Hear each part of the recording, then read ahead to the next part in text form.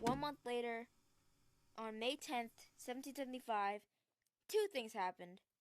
One had to do with this guy, Benedict Arnold, in Fort Ticonderoga, where Benedict Arnold wanted to take over Fort Ticonderoga, where they met a certain group of people, the Green Mountain Boys. They both invaded Fort Ticonderoga, and now the Fort Ticonderoga was under American hands. Kind of. I'll get to that later.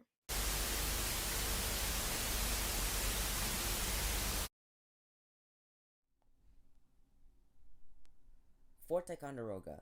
It's a fort right at the border between Vermont and New York. Having been commissioned for a mere 30 years, it had been a fort of 3 different countries. What happened was this. The French constructed the fort in 1755, completing it in 1758. The British took it over in 1759 and kept it after the end of the 7 Years' War. One shot heard around the world later, the Americans captured the fort for its supplies and kept it for 2 years before the British took it back in 1777, only for the Americans to retake it a few months later. Since the British didn't want the Americans to have the supplies inside their recaptured fort, they destroyed a chunk of the fort and took all the stuff, leaving the fort useless. And in 1781, the fort was decommissioned. Not too long ago, I went to Fort Ticonderoga and visited it for myself. Also, no, it's not just a giant pencil. Anyway, it was really cool to explore this fort, or at least what's left of it, and it was nice to jump back into the period of early America. And I want to show you what it was like. This was visiting Fort Ticonderoga. So this was Fort Ticonderoga.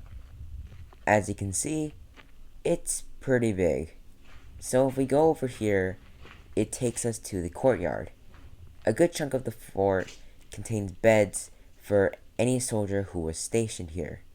One of the things this fort is known for was its abundance of cannons. And yeah, there were a lot of cannons. Now, there was an important reason why this fort was here, and it was geography. Here's past Frankie to elaborate. One of the interesting parts of this area and what ended up making it very important was the fact that it was right next to this lake, which connects to basically everything else in this part of the northeastern colonies. So over there is New York, and then over there is what would eventually become, and what it is now, the state of Vermont.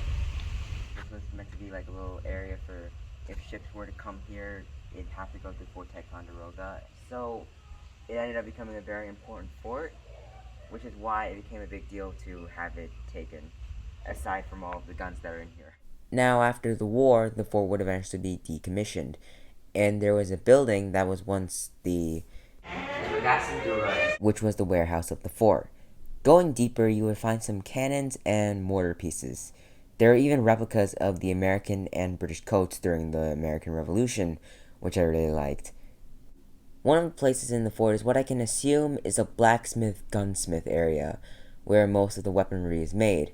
Later that day, I talked to some gunsmiths working in the area, who are there to clean up some guns, which they do by... Well, you're putting water down the barrels to clean them out, and then you're going to put cloth down the barrels to clean all that out, make sure it's all really good and dry, and then you oil them all and put them all back together. Do this every day? Every day you shoot the guns, yeah. Overall, the fort was pretty nice. There was a lot of 7 Years' War and American Revolution memorabilia that, if you're interested, you could visit yourself. There was this gun room as well as a room of plates that soldiers used. I know Bunker Hill, Yorktown, Saratoga, and the Old North Bridge get a lot of attention, but I don't know, maybe give Fort Ticonderoga a shot.